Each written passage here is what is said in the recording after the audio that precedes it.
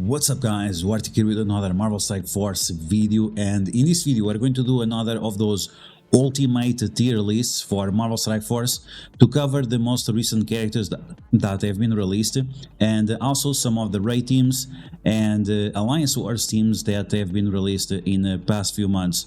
This is going to cover pretty much all the characters that matter.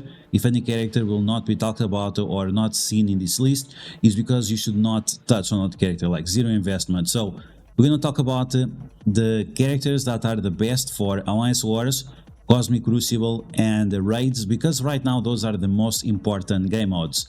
And I'm someone who is on a top 200 in Cosmic Crucible. My alliance is top 100 in raids, and we're also top 20 in Alliance Wars. So we are being pretty much successful in all the game modes that we have right now. And this is because, once again, we are investing on the right characters and making sure that I am holding back on characters that do not require a lot of investment. And I made sure that I made very clear the separation between each of the characters, because you really don't want to overinvest on characters that you don't have to overinvest. And if you do the same investment that I do, you should be as successful as I am, if not now, in the very near future as well. So we're going to break down all that information. And as always, if you like the information on these videos, make sure to share this video with your friends on Facebook and Discord. If you're new to my channel, make sure to subscribe for more Marvel Strike Force content, and make sure to smash that like button like a boss. Okay, so we're going to take a look at the tier list. This will be available on my Discord. Link will be in the description. And if the link is not working, I'll put in the pinned comment below as well, so you can download this tier list for yourself. Okay, so let's get started. Let's take a look into the characters. So you can see that they are divided by the amount of gear you want to invest on them. So we have gear tier 17, we have gear tier 15 plus.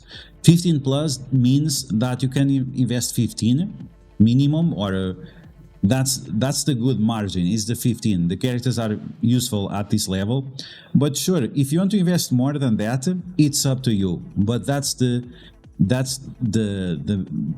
standard, let's say the standard, or on when you should keep those characters.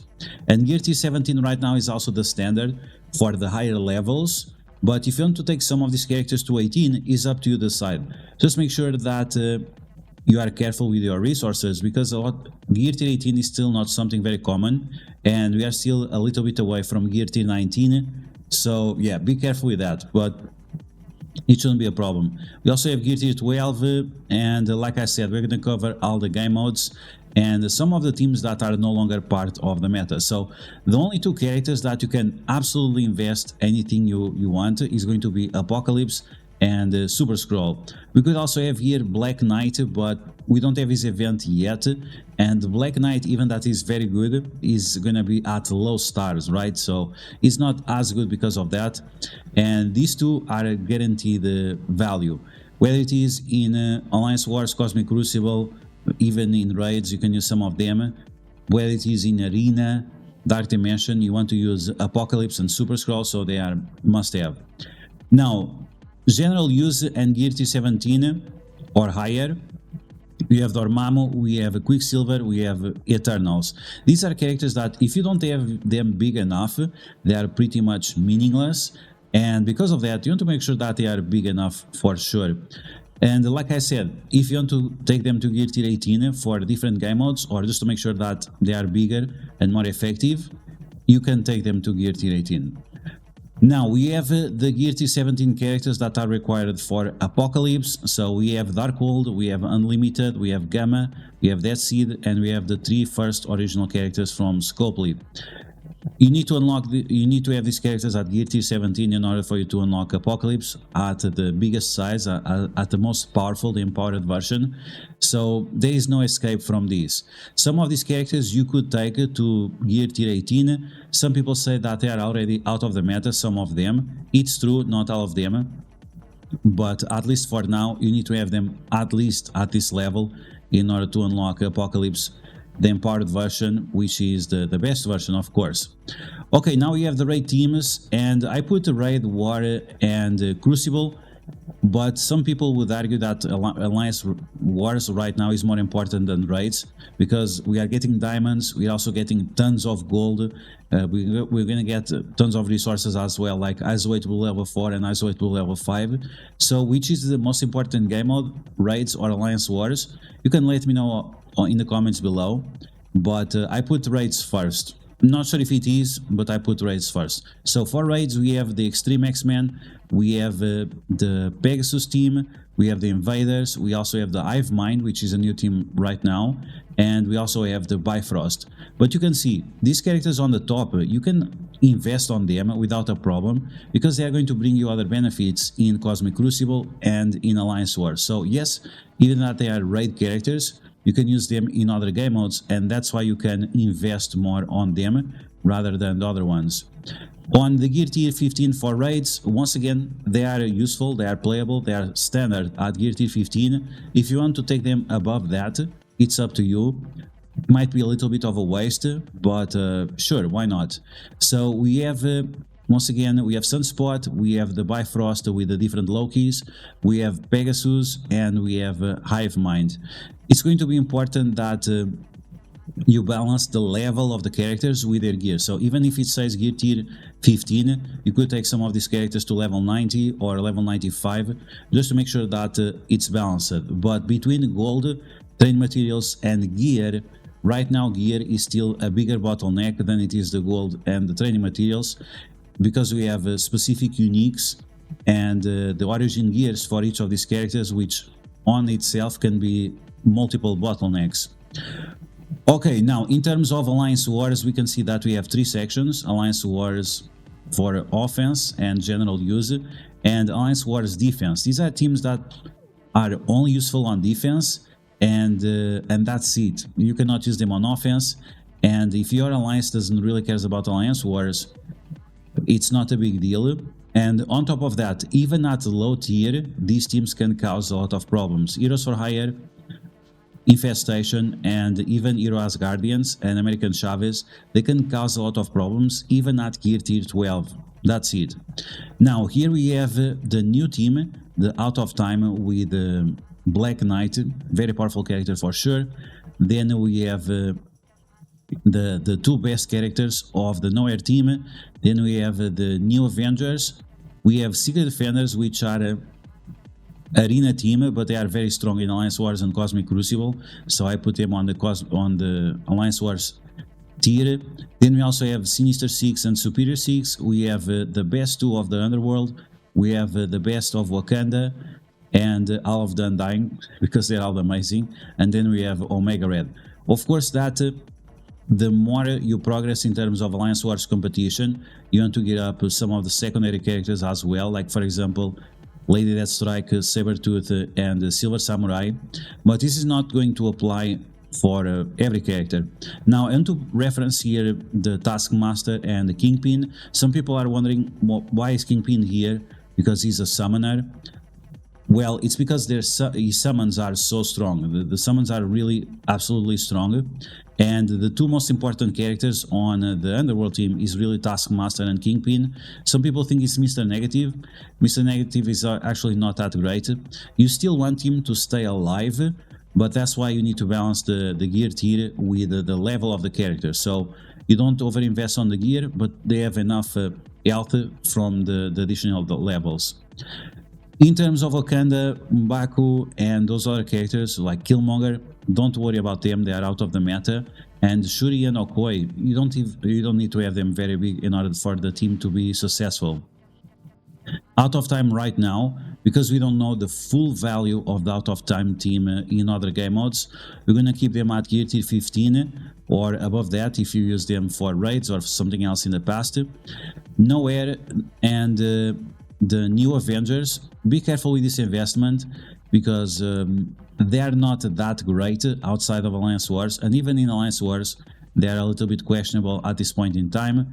Then we have the A-Force with Photon. This is a great team, but depending on where you are in Alliance Wars, you can do fine at gear tier 15, but when you get like to the top levels of Alliance Wars, you definitely want to invest a little bit more on them, as the full A-Force as a whole, it's a very powerful team. Then we have the Underworld. Like I said, these ones don't require a lot of investment. Sinister Six, we have to mention Dr. Octopus. The bigger he is, the more problems he creates, because against certain matches, for example, when you use Sinister Six versus New Avengers, if he is the one with the highest focus, he's going to get a stun from the thing, and that's why you should hold back a little bit on investing on Dr. Octopus. You just don't invest enough for him to stay alive, and that's it. In terms of the characters, Rhino and the Shocker, they don't require a lot of investment. And then you also have here Miss Arlight, and she's fine, right? You can invest a lot on her, but she's not really necessary because she's hit-based and she gets a lot of barrier coming from her kids. So a lot of people invest on her, but it's not really necessary. And if you are trying to catch up, if you are a new player trying to catch up, you could skip her a little bit, at least for now. Okay, so that's in terms of Alliance Wars, which once again, right now, if it's not the best game mode, it's the second best in terms of resources that you can accumulate, because once again, it's bringing the gold, it's bringing the gear, it's also bringing the ISO 8 blue level 4 and level 5, which is super important when you are progressing into the game. Now we have Cosmic Crucible, with the best characters in Cosmic Crucible right now, Kang and Firestar. Ultron, I'm not sure if Ultron is one of the best characters or not, but if your Ultron is too small, he's not going to do anything, and it might compromise some of your matches. So maybe it should be on GT 15, I'm not sure. It's an important character, and staying alive is definitely important as well. Then we have the Tangle Web, we have New Warriors, and we also have the Masters of Evil.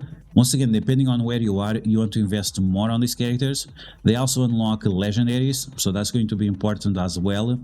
In the past, gearing up Absorbing Man was a problem because of the legendary unlocks that we had. Right now, it's no longer the case, so you can overinvest on Absorbing Man, because on specific matches you really want him to tank as much as possible, and Titanium to be next to him so they can do their wombo combo of their passives.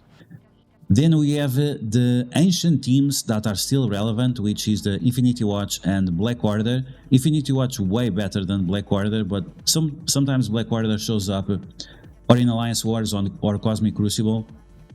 But this is something that you should only invest if you are done with everything else before, right? If you are done with everything else, then you should consider it.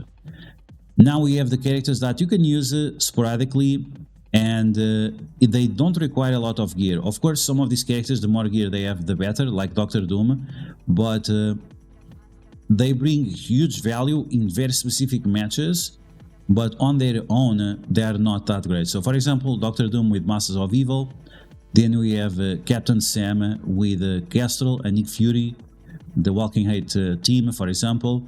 Then you have also Minerva to do the sack against Skrull. We also have Namor, that is very powerful in Alliance Wars, and soon is going to be very powerful in Cosmic Crucible.